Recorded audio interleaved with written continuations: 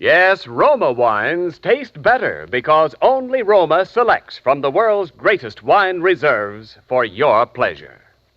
And now, Roma Wines, R-O-M-A, Roma Wines present Suspense. Tonight, Roma Wines bring you Mr. Glen Ford in End of the Road, a suspense play produced, edited, and directed for Roma Wines by William Spear. Suspense, radio's outstanding theater of thrills, is presented for your enjoyment by Roma Wines. That's R-O-M-A, Roma Wines. Those better-tasting California wines enjoyed by more Americans than any other wine. For friendly entertaining, for delightful dining. Yes, right now, a glassful would be very pleasant, as Roma Wines bring you Glen Ford in a remarkable tale of Suspense. For an automobile salesman, I have expensive habits. I mean dames. It had been dames as long as I could remember. It's strictly murder. Also, it gets you definitely no place. So this day I was turning over a new leaf. Nothing on my mind but business. Pencil in my hand, a sheet of figures on the desk, figuring out how to sell 1,000,000 Excelsior 8s, make $1 billion. And someone tapped on the glass. I didn't even look up, just the busy executive. There it was again. Now I looked up. Am I disturbing you?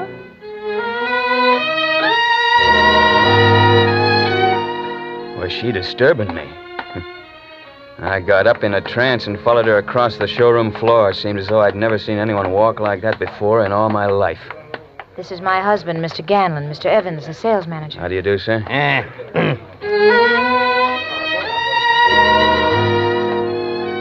So she had a husband. He was a little sourpuss runt with a limpy leg about twice her age, dressed like dough.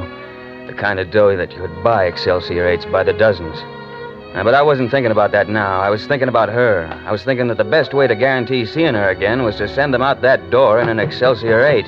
So I pasted on the big salesman's smile, went to town. Now, this is our customs line, Mr. Ganlon, distinctive in appearance. Now, you'll notice the three-tone color effect inside and out, upholstery to match, huh? And the broad, graceful, sweeping lines, a thing of beauty. What's under the hood? That's a question that I've been waiting for. Why, the world-famous Excelsior motor, Mr. Ganlon. Gan, please, I've never driven in an Excelsior. Perhaps Mr. Evans would take us for a ride. Oh, now look here, Sylvia. Gan, please. All right. It won't take a minute. Yeah. Try that rear seat, Mr. Ganlon. You'll find it broad and luxurious. Yeah.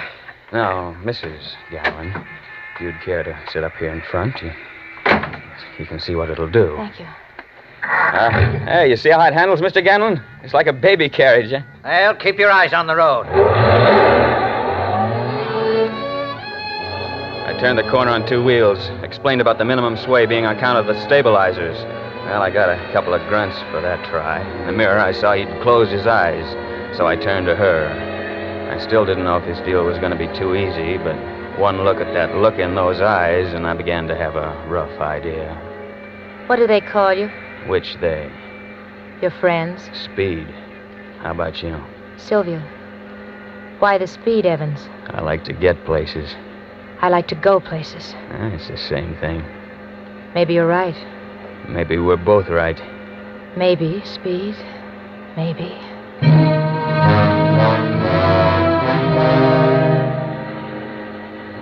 She'd asked for it, I'd have made that Excelsior turn somersaults. As it was, I showed her some driving tricks that'd make your hair stand on end. She loved them. Every once in a while, her eyes met mine and clung there just long enough. We knew, both of us, what I was selling, and it wasn't an Excelsior. Now, I can have the car ready for delivery first thing in the morning, Mr. Ganlon. What do you say? Gan, please. All right, Sylvia, all right. Now, if you'll just sign the order. I want it now, and I pay cash. Well, that's fine, Mr. Ganlon. That's just fine. I think you'll find the desk in my office the most convenient. Is that your office there? Yes, that's right, Mr. Ganlon. I'll collect all the necessary papers while you're making out the check. All right. Well, how did you like it? Like what? The car, for a start. I love it. You better drive in for a service check as soon as you can. When? Tomorrow? Tomorrow. Suppose you could manage to be alone? Yes. I'll be alone.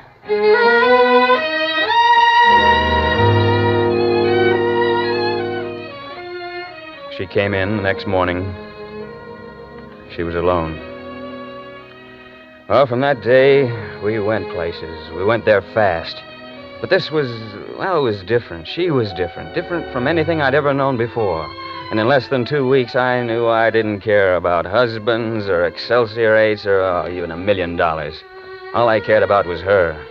And it was the same with her most of the time. That was what was tearing me up. The way it was other times, standoffish, scared. I was screwy. I didn't get it.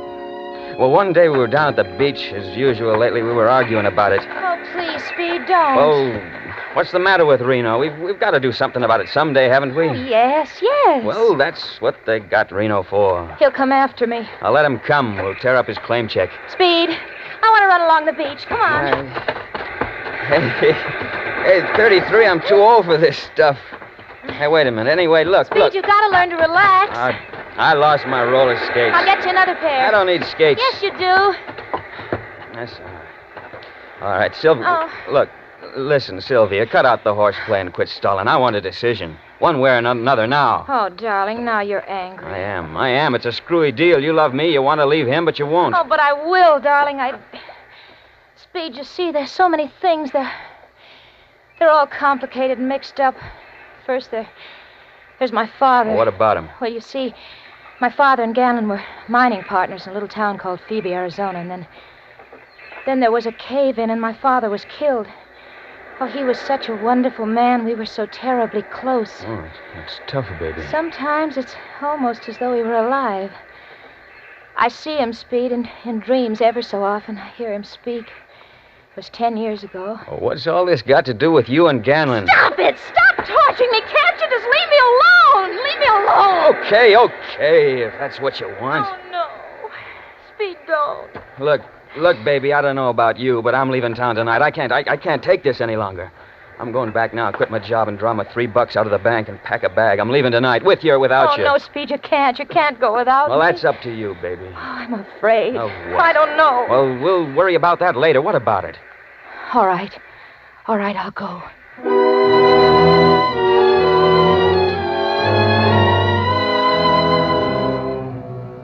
I was to meet her at the usual place at 8 o'clock. I was on time, but even before I got there, I realized she'd never show up. I waited an hour, and then I crossed the street to the apartment where they lived, the 7th floor, 707.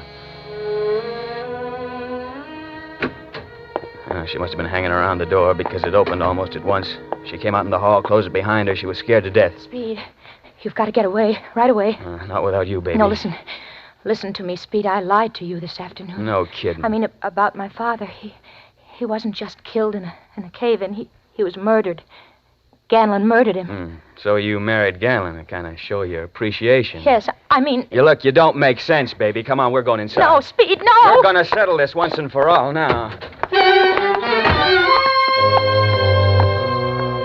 In the living room, Ganlon was lying on the couch with his shoes off, his feet propped up. In a chair opposite was a young punk in a tan overcoat who looked like he took the wrong kind of nose drops when he needed courage. He let it be known fairly obvious that he had a gun in his pocket. Ganlon didn't even get up. Well, Mr. Evans, this is an unexpected pleasure. I'm afraid it's no pleasure either way. I've come to tell you that your wife is leaving you with me. Oh? Is she? Yeah. What about it, Sylvia? You don't seem to have entirely convinced her, Mr. Evans. Listen, I don't know exactly what goes on here. That's obvious. But I do know that she's headed straight for a crack-up and that you're at the bottom of it, so she's leaving tonight. Go on, Sylvia, get your things. All right. Mr. Evans, I'm not sure you fully appreciate the penalties of stealing a man's wife. There's divorce courts to handle that, besides other ways, if you're big enough. Well, since you brought up the question of superior force. All right, Zeke, take him. Okay, put him up. Hi, funny face. Oh, gunsels with guns you have, huh? Sometimes they come in handy, Mr. Evans. Come on, start walking. Any particular direction? Yeah, outside. All right. All right, you win, Mr. Ganlon. Take him out and kick him down the stairs, Zeke. Kick him. The punk was plenty shaky, and he had the gun jammed right in my back. That's not smart if your guy knows a little judo. I made a quick half turn and fired, but not soon enough. I'd have broken his arm before he could try again. The gun scooted across the floor somewhere, and I was just thinking it's lucky they soundproof these fancy apartments. It started going off again. I whirled around to see Sylvia with a gun in her hand, stalking Ganlon like a tigress. He was cowering behind the furniture, and she was moving around trying to get a clear shot at him. It took me one good leap to get over there and knock her out cold. There was a bowl of water, some flowers on the table. I threw the flowers on the floor, threw the water on Sylvia. She opened her eyes, looked around. Oh, Speed, why did you do it? You're lucky, baby. When you get better at it, they're liable to call it murder.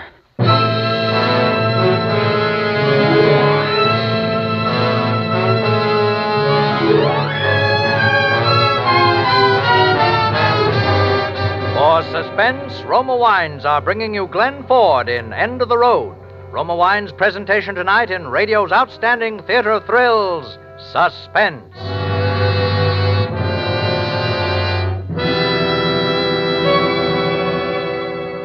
Between the acts of Suspense, this is Ken Niles for Roma Wines. Whenever you want dinner to be outstanding, whenever the occasion calls for the magic touch that changes a meal into gracious, satisfying dining, enrich your table with a delicious Roma California wine. With tender, juicy steak or oven-browned roast, enjoy the tantalizing taste harmonies of red, robust Roma Burgundy. Or bring out the exquisite hidden flavors in fish or fowl with pale gold, delicate Roma Sauterne.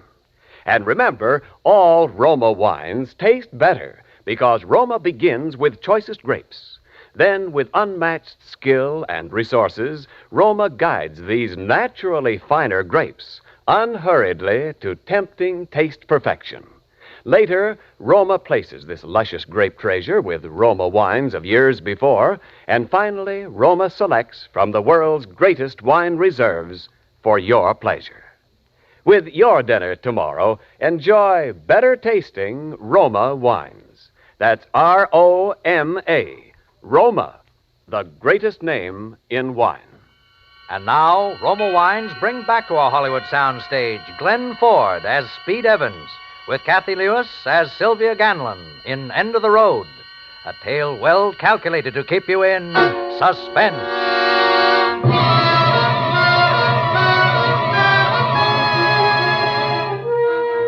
After the gunplay, I thought it would be easy, but when I tried to get her down to the car, she clawed like a wildcat, and I had to clip her again. It was a battle all the way across town till we got to barreling along Highway 99, and she knew she'd break her neck if she tried to jump. And all of a sudden, she just went to sleep. I looked over at her sleeping there in the corner, rolled up like a kitten and as innocent as a baby. And I knew I was for it, if it killed me. I'd just have to do the best I could. We'd passed Bakersfield, and I was headed up over the Tehachapi Mountains before she woke up. It was morning. Oh. Hello, darling. Feeling any better, baby? Oh, yes. I had such a wonderful dream. I was a little girl again. And I was with my father, and he was rowing across a lake. And then... Then what? Speed. I lied to you about Ganlon. He didn't kill my father. I was wicked to say that, wasn't I? Oh, you're just a little mixed up, that's all. Speed? Yeah? Where are we going? We're going to your hometown, baby, Phoebe, Arizona. Oh. You like the idea? I suppose so. Why? Look, baby, I'm no psychiatrist, but something happened back there when you were a kid. Something to do with the death of your father. It's had you on the merry-go-round ever since. So much so that about 9 hours ago, you tried to kill a man. I said I was sorry about that, Speed. Sure. But if you and I are going to make a go of this, I think we ought to do something more besides just saying we feel sorry, don't you? You make it sound as though you thought I was going to go around killing people for the rest of my life. All I say is that you're not going to be very happy until we know the facts about this thing, whatever they are. Until you've faced the facts, and from then on, we can forget it. Speed, Yeah. I'm terribly hungry, aren't you? Yeah, I could do with a little something. Look, there's a place up ahead. No, okay. Bus just pulled in. Yeah, it's one of the regular stops here. Speed, kiss me. How's that? Oh, that's wonderful. All right, let's go, huh?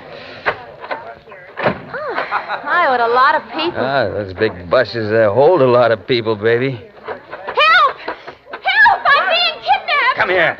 Help me! Help! It's all right. It's all right. She's my wife. Hey, what's going on here? I'm not. I've never seen him before in my life. What? I'm being kidnapped. Oh, he hit her! Hey, that's no way to treat even your wife, mister. All right, if you must know, she's crazy. She's What? my wife, but she's hopelessly insane. But I don't kiss.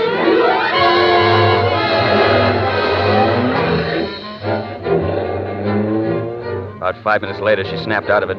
You'd think nothing at all had happened, but I wasn't taking any more chances. I took to the side roads wherever I could, figuring the cops would be on my tail any minute, so we didn't cross the state line until after midnight. Well, it was next morning when I kicked it out of gear at Phoebe, Arizona. There was only one hotel. We registered, adjoining rooms. All the time, I was watching her like a hawk. I didn't need to. Now that we were there, she seemed glad. Now, we'd been in our rooms about 5 minutes when the phone rang. Hello. Mr. Evans? Yeah? Just a moment, Mr. Evans. Mr. Evans, this is San Francisco, operator 23. We've got a long-distance call for you. San Francisco? Yes, sir. We've been trying to reach you all night. Shall I put your party on now? All right, go ahead. Hello, Evans? Yeah? This is Ganlon. You must have a private eye on your payroll, too, huh? I know you're an intelligent man, Evans, whatever else you may be. I knew where you'd go. But I want to tell you something. You're getting in deep water, deeper than you know anything about. And you hope I'll drown, huh? All right, maybe I will. But I'm still wading in. I'm coming down there, Evans. In the meantime, keep quiet and keep her quiet. And keep your nose out of things. What's that supposed to be? A threat? I'm not threatening you. I'm telling you. For your own good. It was Ganlon, wasn't it? What? Yeah, he called to give us his blessing. He's coming down, too, isn't he? Maybe. I'm glad, Speed. You just can't know how glad I am. Yeah, that's going to be real cozy, just the three of us. You've been cruel to me, Speed. Oh, me? I've forgiven you, though. You know that. Why, sure, baby. I just didn't understand at first, but I understand now. Why you brought me here, I mean. You're going to find proof that Gan killed my father. I'll work on that. I can tell you exactly how it happened. You said yesterday you were lying. Oh, don't try to confuse me, Speed. Do you want to know or don't you? Sure. Let's have it. Well, my father and Gan were tunneling a new shaft in the side of the mountain. They were working alone that day.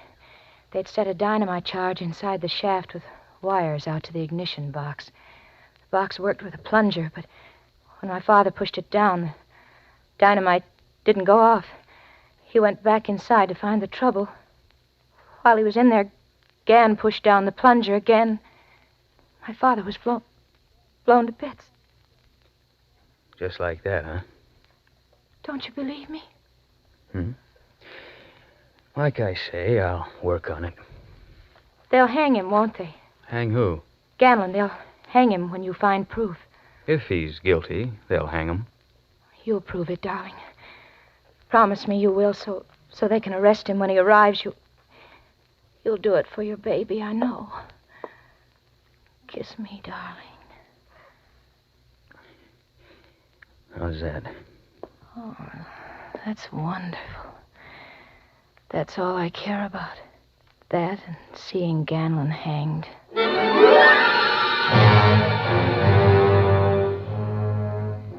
She went to sleep then, just as peaceful as you please, dreaming of Ganlon with a rope around his neck. Well, I found the thing they call the City Hall. Asked to see records on her old man's death. Well, they hemmed and hawed some, and then it came out that half the town was burned down a few years back. The records went up with it. They finally suggested I see an old-timer named Konski who'd been her her father's mine foreman at one time or another. Well, I did. He was already waiting for me. He seemed to know what I was after. He was all primed with the answers. Sure I know Sylvia. Sweetest, prettiest little kid I ever see all my life. And of course you knew her father. Sure I knew. I guess Sylvia must have been pretty fond of him. Sure, she was crazy about him. Well, wasn't she? Maybe. But if she was the only one in this town wasn't glad to see him die. Look, you don't have to be cagey with me. I'm trying to help Sylvia. All right. You know what is the best thing you can do? What? Get out of town before you make plenty trouble. That was that. Well, the next stop was the office of the weekly paper, owned, published, printed, and peddled by one guy, a guy named McLean. He seemed to know all about my business, too. Had the files all laid out for me. Why don't you lay off it, Evans? It's 10 years old and dead and buried. Mind if I look at your files? Yeah, sure. Go ahead. You can see what it says. Mine disaster, premature explosion, accidental death. Any chance it wasn't accidental?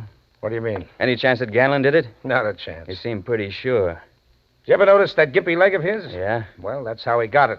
He was in the mine when it happened. I was getting no place fast, only a suspicion and not a very comfortable one. And I hadn't the faintest idea where to go from here. And I thought of the doctor. There had to be a doc to sign a death certificate. Well, I found out who he was, dug him up, and he looked like the worst bet of the bunch. He was half wacky from the effects of age and a misspent life, nothing left but his dignity, and a collection of photographs that he insisted on talking about until I wanted to smack him. Yes, it was my hobby before my eyes went back on me, but those you see on the wall are only a few. Now, here. Take a look at some of these. Who are all you people covering up for, Doc? Huh? I beg your pardon. You heard me. Young man, you realize that what you've just said constitutes a most serious slur on my professional reputation. Oh, nuts. Look, I'm trying to help a girl that I'm in love with. Can't anybody understand that? Take this one, for instance, and notice the contrasts, the light and shadow. Yeah. I don't suppose you understand the meaning of the term traumatic experience, huh? No, I thought not. The psychic structure of the personality is a very delicate mechanism. For instance, in the case of Sylvia. Now, take her to a competent man in the field, Mr. Evans. I no longer handle such cases. That's not what I came to you for, and you know it. I'm afraid I can't help you. Retired some time ago, you see. Now, look at some of these. They're older, of course, but there's still some very good ones among them. Look, Doc, I don't want to look at pictures. All I want... Oh, we found one you like, eh? I knew you did. It has a date on it, July 14th, 1935. That mean anything to you? Is that the stalagmite incrustation? If so, it's... I don't know. It's just some rocks in a hole in the mountain to me, but that date is the date that Sylvia's father was killed. Give it to me. Give it to me. No, you don't. No. I'm afraid you're torn it, Doc. Give it back to me, I say. Yeah, but the part I got is still enough to show who killed him. I started back for the hotel, but I didn't feel so good. I didn't feel good at all.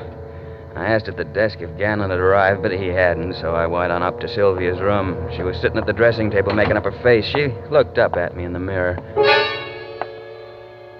You know. I can tell by your eyes you know. Yes, baby, I know.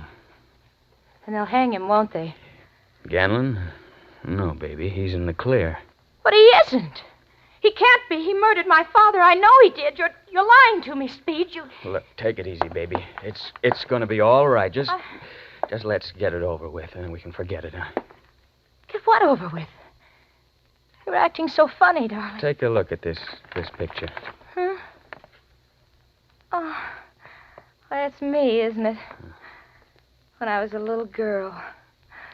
I'm awfully far away, but I'd still know it's me. But this smoke. Don't you remember? Please, Speed, my head's hurting. Don't. Try to remember. You're tormenting me. You're trying to hurt me. That smoke is the explosion, isn't it? I don't know. You pushed the plunger. I don't know. Remember while your father was inside the shaft. Remember? I don't... Yes! Yes, I killed him. All right, baby. That's all there is to it. You can forget. I hated him. It's all I live for. It's all I ever dreamed of. See his face bloody and battered. See his body mangled and dirty. I hated him. I hate you. I hate all men. If I could kill every man in the world. Where did you get that gun, baby? Out of your overcoat. Yeah, better put it down. I tried to kill Ganlon because he knew. Now you know. Put it down. It's too late, Speed. Goodbye, darling. Listen, it's all over now. You were only a kid. I know how he treated you. The whole town covered up for you. They're still covering. Goodbye. When the door flew open, I ducked, and then the shots came. When I looked around, Ganlon was lying on the open door, the gun still in his hand. He walked right into it. Well, he must have got in one shot, though. That was enough. She was still breathing when I got to her, but that was about all.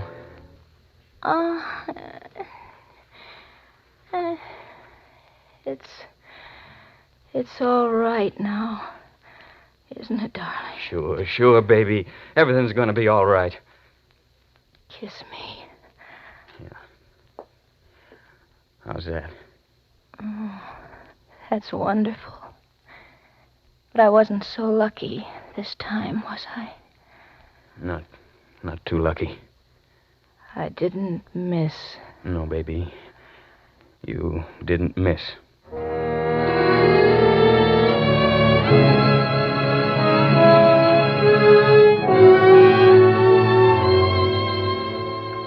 Well, anytime you want to buy an Excelsior 8, just come on in and see old Speed Evans. No, I won't tell you my troubles. Dames, that's my trouble. It's been dames as long as I can remember. It's too bad, though. We'd have probably had a couple of kids by now.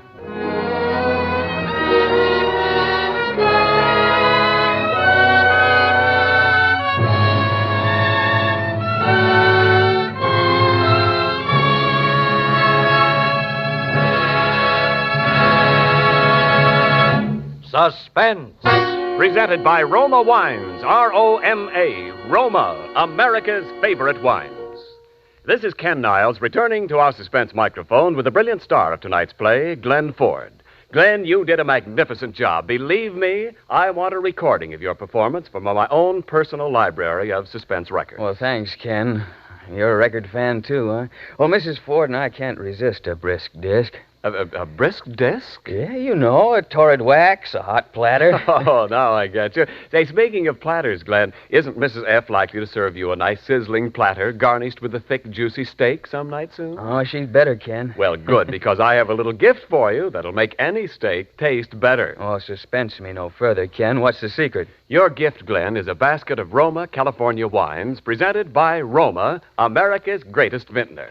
In that basket is a bottle of red, robust Roma Burgundy, the perfect taste companion for tender steaks, abrasive broiled chops, or any red meat. Better tasting Roma Burgundy brings out all the natural hidden flavors in hearty foods, adds pleasure to every bite. Roma Burgundy, huh? Well, I'll remember that, Ken. Remember, too, that all Roma wines taste better because Roma starts with choicest grapes, guides them unhurriedly to tempting taste perfection with skill and resources unmatched in America. Then Roma places this luscious grape treasure with Roma wines of years before to await selection from the world's greatest wine reserves for your pleasure. That's why more Americans enjoy Roma than any other wine. Well, I can't think of a better endorsement.